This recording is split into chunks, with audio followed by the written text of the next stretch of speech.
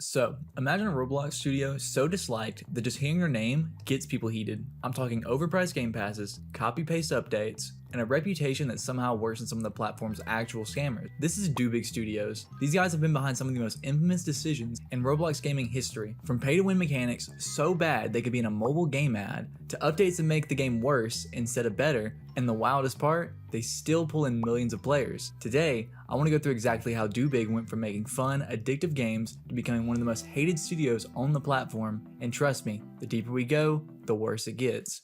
Before we get into all the drama, we need to talk about who Dubig actually is. They're a Roblox game studio that started off looking like any other, flashy thumbnails, colorful environments, and games that were honestly fun in short bursts. Their early stuff actually pulled in big numbers. They knew how to make something instantly clickable on the front page, and that's why they built their first audience. But instead of growing that into a respected brand, they went the other way. Over time, they started leaning heavily into what I'd call the front page trap formula. Games designed to get you in fast, get you spending faster, and then leave you wondering why you even played it at all. And this wasn't by accident. The moment their player count exploded, you could see this shift. Monetization became the focus, and the quality, that's where players say things really started to fall apart.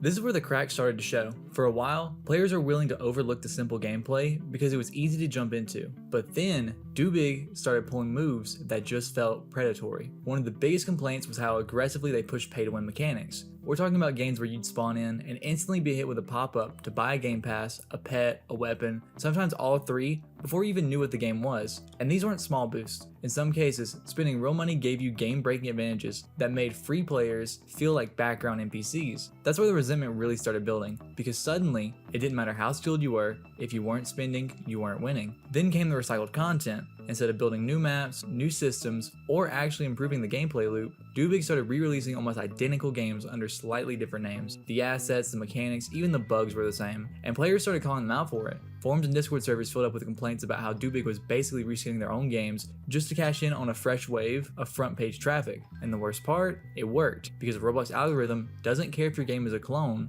it just cares if people click. And here's the wild part. For all the backlash, Dubig is still pulling in massive numbers. How? Well, there are a few big reasons. First, Roblox's front page isn't a democracy. It's not about who's the most liked, it's about who's the most clicked, and Dubig understands that better than most. Their thumbnails are eye-catching, their tiles are optimized to hit every trending keyword, and their target ads target the exact audience most likely to click without thinking twice. Second, their games are built for retention in the simplest way possible. They're not deep, they're not balanced, but they drip feed rewards just fast enough to keep players logging back in. The kind of loop where you tell yourself, I'll just play for 5 minutes, and suddenly it's an hour later because you're chasing the next unlock. And finally, they're masters at exploiting Roblox's discovery system. Anytime a trend pops up, whether it's a popular avatar style, a viral minigame concept, or even just a meme, Dubig pushes out a low-effort, monetized version faster than anyone else. It's like clockwork. Combine that with a constant stream of ads and sponsored spots, and suddenly, it doesn't matter if the core community hates them, they're not aiming for loyalty, they're aiming for turnover, always pulling in new players before the old ones burn out and move on. It's a strategy that keeps the numbers high, even if the reputation is in the gutter.